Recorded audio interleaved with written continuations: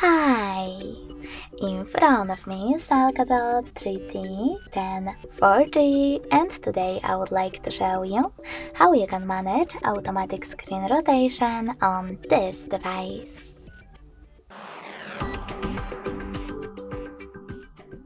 First of all, go into Tab menu. Now we need to look for Auto Rotate icon, and when you find it, click on it.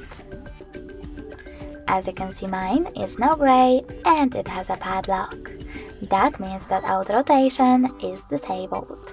In order to enable it, click on the same icon.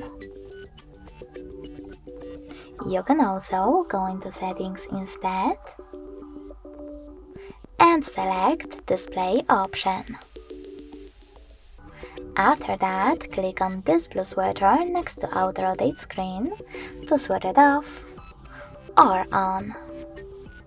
Thanks so much for watching. If you enjoyed this video, leave a like, comment and subscribe. Bye!